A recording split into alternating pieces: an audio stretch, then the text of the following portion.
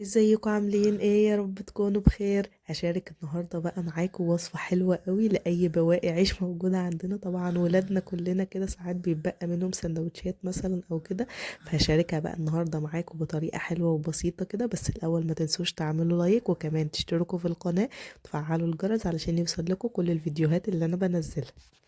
اول حاجه بقى كان عندي كده الرغيفين العيش اللي انتوا شايفينهم دولت، كنت قطعتهم كده جزئين. والعيش ده يا بنات بيبقى فاضي ما فيهوش اي حاجه، يعني ساعات ابني الصغير ما بيبقاش بصراحه عايز ان انا احط له اي حشو يعني في العيش وكده، فبيرجع فيه، فانا بستخدمه بقى في الوصفه دي. كمان معايا بيضتين كده، بدات ان انا احطهم كده في طبق، ومعايا شويه من الطماطم وشويه من الفلفل. ممكن كمان تستخدموا فلفل الوان او ممكن تستخدموا برضو اي حاجه انتوا حابين.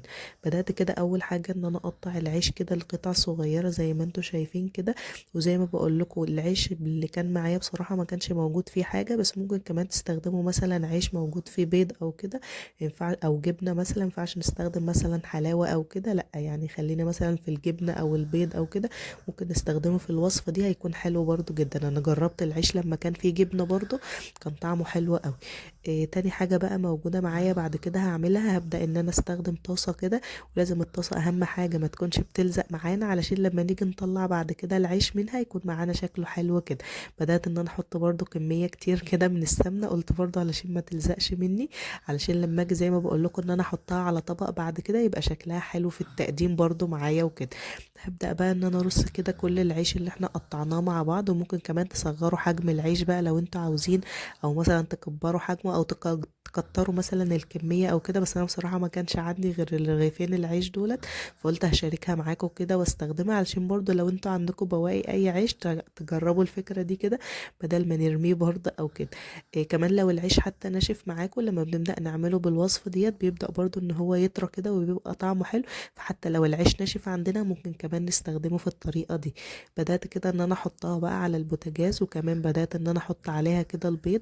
كمان هبدا ان انا احط الطماطم وهحط الفلفل كمان. وزي ما بقول لكم ممكن تحطوا بقى اي حاجه موجوده عندكم او اي حاجه انتوا حابين ان انتوا تحطوها.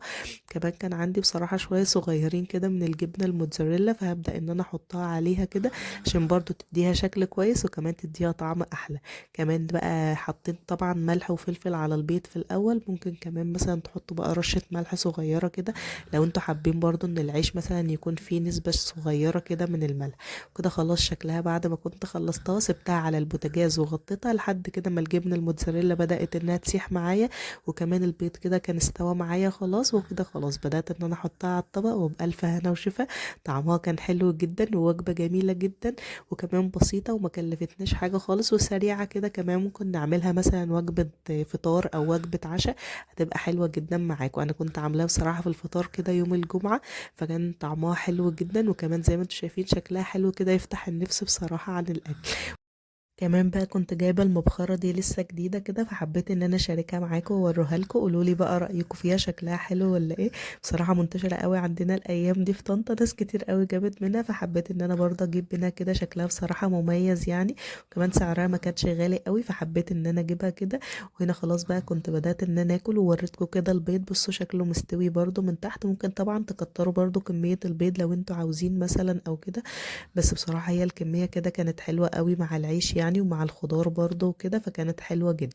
جربوا الوصفة ديت وهتبقى سهلة معاكم وحلوة، وكمان الولاد هيحبوها جدا، شكلها مختلف وكمان برضو الطعم بتاعها بيكون حلو قوي.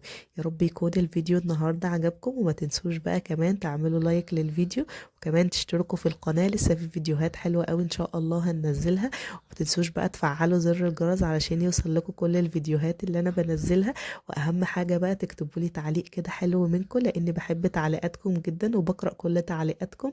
ويا رب النهاردة يكون الفيديو عجبكم. هنا كنت بوريكم بقى المبخرة، انا حاطة جواه كده عود البخور، بس هو كبير شوية بس مش مشكلة. تستنوني واستنوني بقى ان شاء الله يا بنات في فيديو جديد. وما تنسوش بقى لايك كتير خالص للفيديو.